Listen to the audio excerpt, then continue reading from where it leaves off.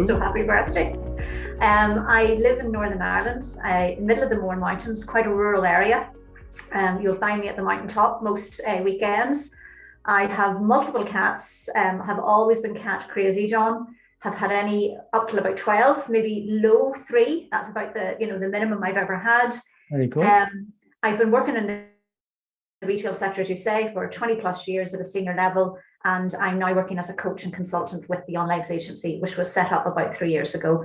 I'm described as high energy, which I am. I'm 4'11.5", so I make up for the lack of height with the voice and the energy that comes out. So yeah. And what were you like as a child, may I ask?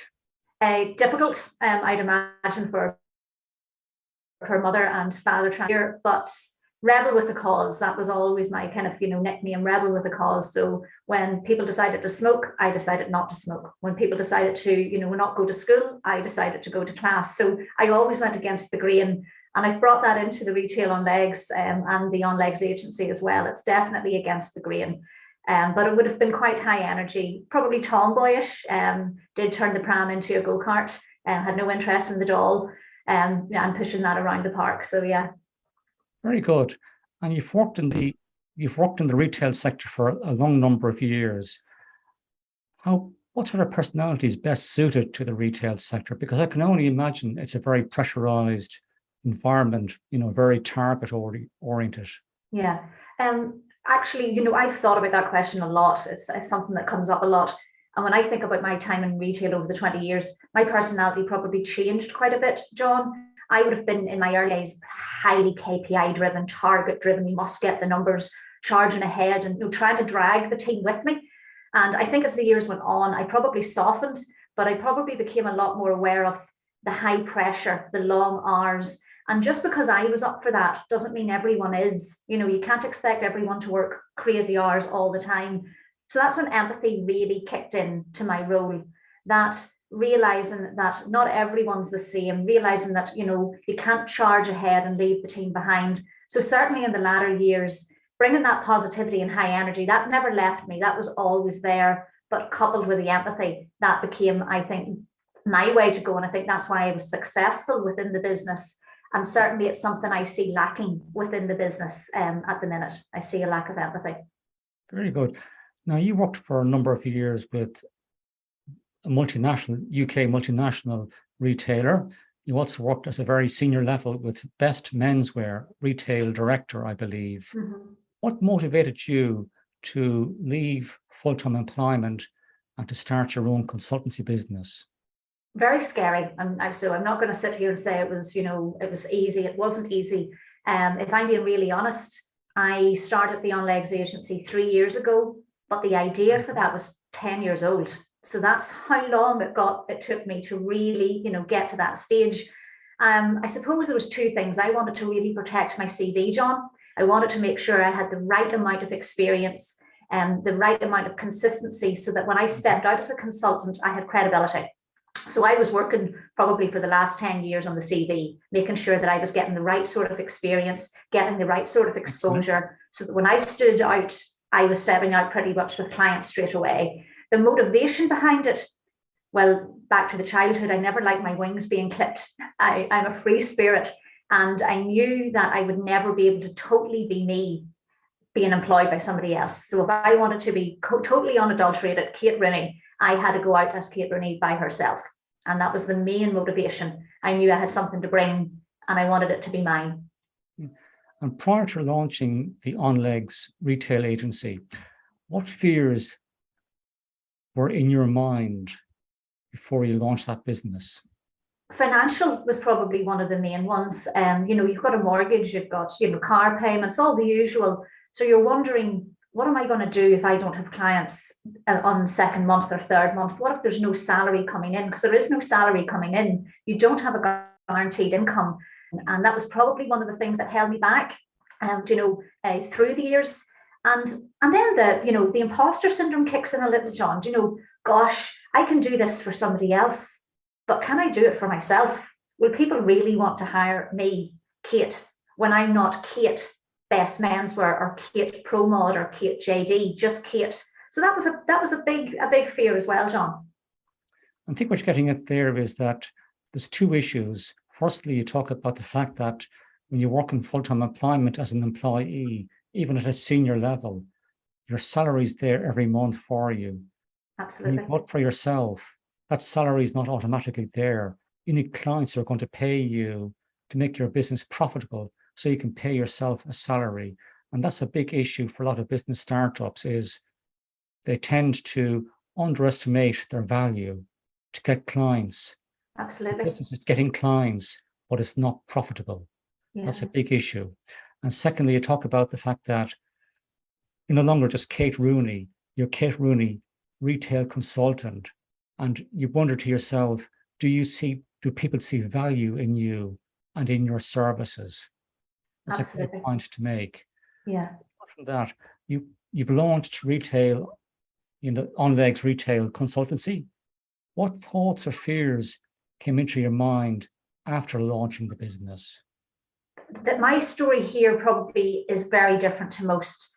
The second I decided to launch the business, and I launched the business in July, I made the decision in March. So quite, not a huge amount of time. As I said, it was there for 10 years, so it wasn't, that quick. But in the March, I was in Africa in March, John.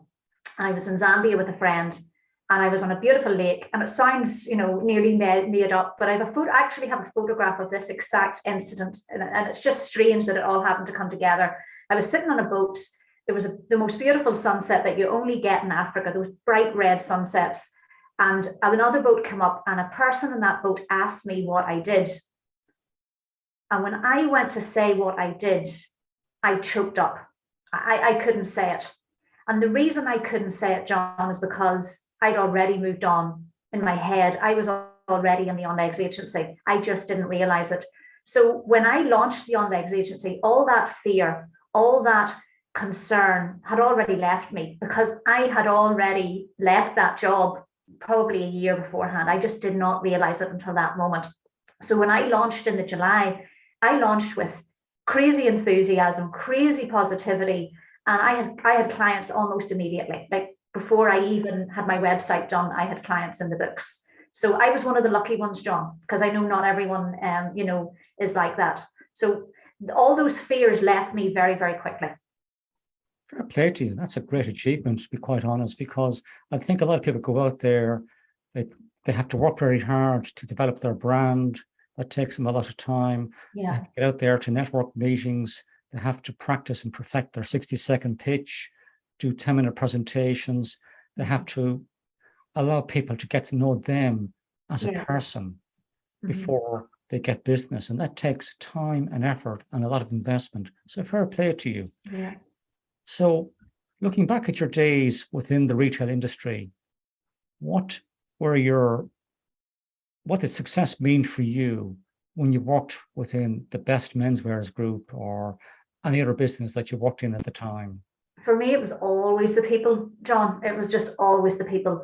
My success came from maybe seeing a shy manager become a really confident manager. My successes came from maybe seeing somebody in what we would call a low tier store, being able to climb the ranks to hold in a high tier store. Within Best Menswear, one of the big takeaways for me was the male-female ratio. It was a really male-dominated environment. It's a menswear, mostly suits, it was, all men at the boardroom, except for myself.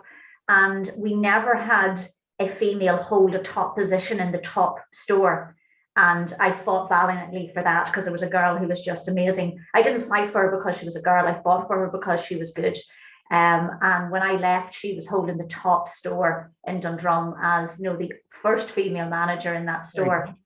So for me, it was always the people success that made me happy. And that's like when I go to bed at night and I think about the people that I helped progress and coach, that's better than any KPIs or numbers. And it always was.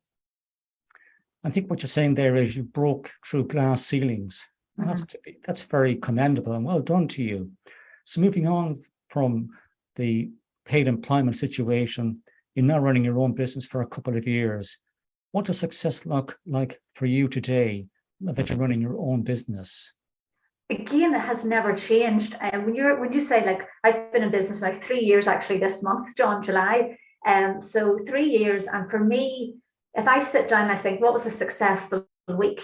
It will be that having an aha moment. It will be that client that got clarity on their business or the issue that they were having. When I go to bed at night, that's what gives me joy. That's where I get my satisfaction. It's the people again, and it's always been the people. And it's not, you can't just say, well, listen, the people had a really good week this week. What's my bank balance look like? Thankfully, that goes alongside that. I'm able to make money and make a nice living, back to my retail days. Very, very quickly, I went back to my salary. But I'm doing something that I love, that I enjoy. And more importantly, and this is the bit on the boat in Africa, I'm doing something that I'm proud to say I do. It no longer feels super commercial. It no longer feels really corporate. It feels like I'm earning money, but I am giving back more than I earn, every single day. And that's important to me. I know what you're saying there. You're getting a sense of achievement is probably what I'm saying. Absolutely. Getting at, yeah. That it's not just, you're not going to work to earn a salary. You're going out there to meet clients, get business from them, and you're giving them a lot more in terms of value. Yeah. But you're also getting paid clients. Yeah. A sense of achievement. You're getting testimonials. You're building your credibility. So it's a lot of personal achievement, and that's a great way to look at life, I think. So well done to you in that regard. Thank you. Yeah. Describe for the audience what you've learned about yourself after you faced up and dealt with your fears after starting business. I realized very early on, because I think one of the big fears is people think that whenever they leave the salary, they need to earn that salary, pretty much the quick way. They can't see a way out around the numbers. And I think if anything we learned in lockdown is we can deal with a lot less. We need a lot less. So one of the big things around my fear with the money, and the financial was we don't need as much stuff. And I call it stuff now, John, because this laptop in front of me, the car outside, the plant I'm looking at, stuff, that's all it is. It's stuff. We can get up and walk out and walk away from it and still be happy. So facing the fear was, if I have to sell the car, that's okay, because I'm going to be doing something I love and I'm going to be able to buy the car back at some other stage. I might have to go through a rough patch. That's okay. So for me, facing the fear was being okay with the fear and just sitting with it. And that's the big thing that got me through. And that's okay was the mantra I told myself in the dark days. It's okay, Kate. It's okay that you're not earning today what you were earning yesterday. It's okay. And that, I know, and it sounds really, really simple, John, but sometimes the best things are. And that got me through. Fair play to you. So what you're saying there is image is not entirely important to you. You're not the least bit concerned about what car you drive, or if you have to downgrade your car to put money back into your business.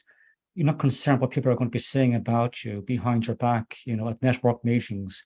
That's a great way to look at life, I think. So again, well done to you in that regard. So, it's what you think about yourself within yourself.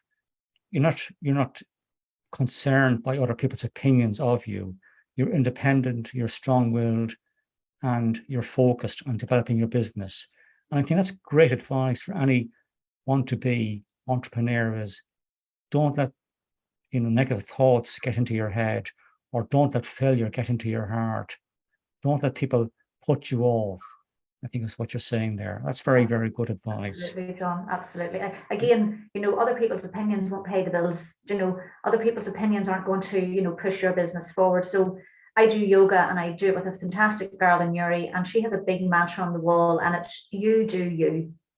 And certainly whenever I left the workplace and I joined, I did my own business, I did a lot of yoga, a lot of training, a lot of stuff that I knew was going to give me a strong mindset, because I knew in the early months I was going to have a strong mindset. So I fueled myself with all that good stuff. You do you, it's okay. All that good stuff, I fueled myself with it. And that really got me through the first 3 months, because the first 3 months are hard. Yeah. And again, what you're saying there is there's only one Kate Rooney. Be Kate Rooney. Don't be something else that you're not. No. Because all you do is put a huge amount of energy into doing work for little or no return. So I agree with that. That's a great advice again for anybody here in the audience today. Describe for the audience where you see the future of coaching and mentoring within the retail sector. I'm very, very straight with this. I don't see a future in the retail sector without it. I think if the retail sector don't really, start to embody coaching and mentoring, I think they're going to continually lose people out of the environment. And we've seen a huge exodus of really good people out of retail, and that's because we're doing it how we always did it. This is the way it is, and you just have to kind of fit that mold. And that's not the case. The mold needs to change. The mold needs to be softer. It needs to be kinder. It needs to be more understanding. And coaching and mentoring create that type of space. So I think it's essential to the future of retail and the people within it. One trend I've noticed over the last, maybe 10 or 15 years here in Ireland, and it was very noticeable in the UK well before that, is nearly every high street in the UK has a multiple of one sort or another on the high street. And we're seeing that here in Ireland, particularly in our retail malls, like the Liffey Valley, Blanchardstown, Dundrum, the Whitewater Centre in Newbridge, for example, where it's nearly all multiple stores. So I think there's a lack of individual service out there. It's very kind of, I suppose you could say, structured. It's very customized. It's not very customized. It's very, what you see is what you get. Either you like it or you don't. If you don't like it, you can go and shop somewhere else. Yeah. Fine, Yeah. No, I do think that retail as a whole needs a softer approach. Yeah. I think it needs that softening. And I think what you're describing is those hard angular edges, those boxes, and that's just it. That's the way it is. Yeah. Indeed. Describe for the audience whether you consider changing your mind a strength or a weakness. Strength. I actually did a Friday session on this. I do a Friday session every Friday, John. I've been doing them for a long time. And I did one only maybe 4 weeks ago on, do you think it's a strength to change your mind or not? I think being strong enough to say I was wrong, being strong enough to say, I know I fought tooth and nail for that, but I've changed my mind and this is why. I think that shows huge character. Now, you don't want somebody changing their mind every 2 seconds, being completely indecisive. But I think there's a difference between being indecisive and changing your mind. The two aren't the same. So a huge strength. Yeah. I think what you're saying there is indecision is where people are changing their minds every couple of minutes. Yeah. Exactly sure what they're about, and they're too easily persuaded by other people's opinions.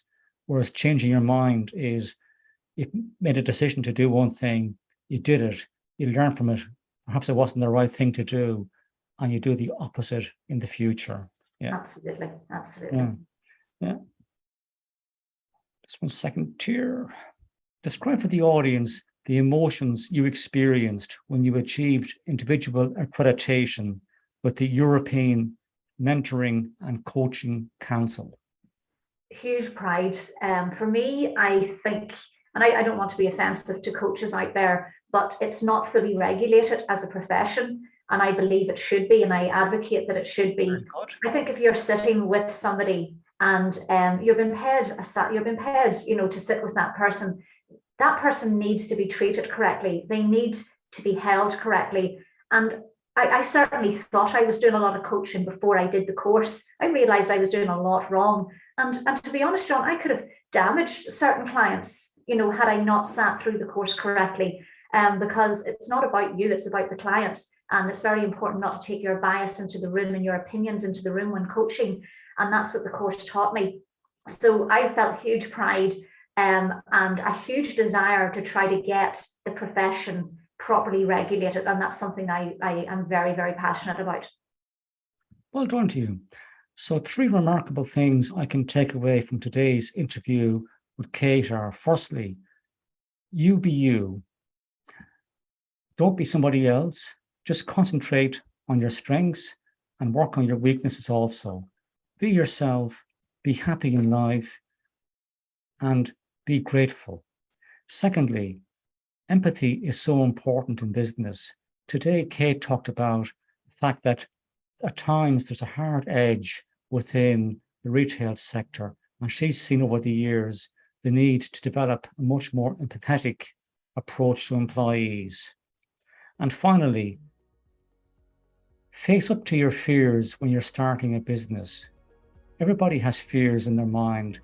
Face up to them and deal with the reality, but also have a positive mindset and you'll get there and make a profitable business eventually.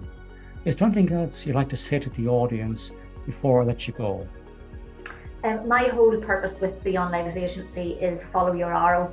Follow your arrow, John, is a concept that I run throughout my business, and it's very, very simple. I believe we've an internal guidance system built inside us. You, me, every single person in the audience knows what to do. We fail to listen. We fail to pay attention at times. We let fear get in the way. And if we can sit and quiet ourselves enough to hear what that arrow is saying, we'll have the answer every time, every single time. So my last kind of call to the audience would be follow your arrow. Just follow your arrow, not somebody else's arrow, follow yours. And on that note, I shall end today's interview. Thank you, Kate. Thank you very much, John. It was a pleasure. You're very welcome.